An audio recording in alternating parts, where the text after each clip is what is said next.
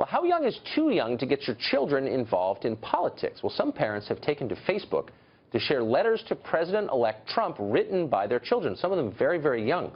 One letter from a 5-year-old in Seattle reads this way: "Dear President-elect Trump, please be a good president, be kind to all people. Some people in my family are a special religion, and they are not bad guys." Well, joining me now is that child's mother, Molly Spence-Sahajami, who started the viral Facebook group. Molly, thanks a lot for joining us tonight. Hi, thank you so much. I'm not disagreeing with you on the substance of this. By the way, I'm for kindness, of course. But I'm concerned that kids at that age are too young to participate in politics for two reasons. One, to be blunt, they don't know anything about it, but also because politics is a tough world. And once you get your child into that world, you know, you expose him to things that kids shouldn't be exposed to. Are you concerned about that? Well, I am really concerned that this election was quite a bit different than all other elections.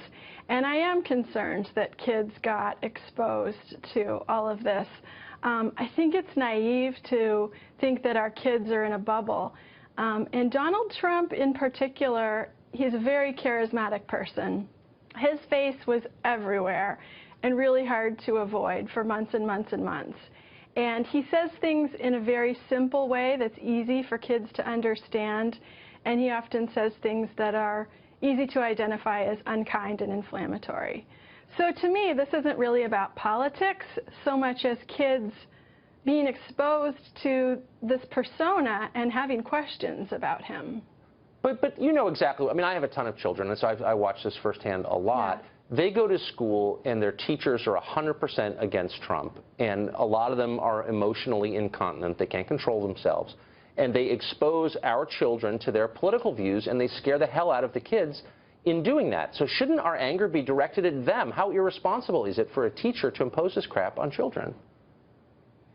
Yeah, what I've heard about a lot in particular in this election is playground talk. And I think that's so interesting because, again, how unusual is that? When I was a kid on the playground, we talked about other things that I think could probably use some parental context. But as I started this group and had all of these people joining with kids of different ages, they said my kids would come home and they talked about Trump on the playground, and they had fears about him. Some of them were irrational and they needed some parental context and needed to be calmed down, and some were based on things that he actually did say. So I think that in starting this Facebook group that I started, which is Dear President Trump, Letters from Kids About Kindness, it's been a really good opportunity for kids and parents to sit down together and talk about kindness and what that means to them. But it's not just, I mean, look, I'm totally for kindness. No, and I'm totally for that. Like, who's against kindness and being positive? Here's one of the letters on the site. Dear Mr. Trump, kids in my class are very scared. Please don't kick them out. In my school, we get sent to the wall when we're in trouble. My friends did not do anything wrong. Don't send them to the wall. Love, Abby, age 6. Not really about kindness, it's about policy. And should 6-year-olds really be making policy recommendations? That just seems wrong to me.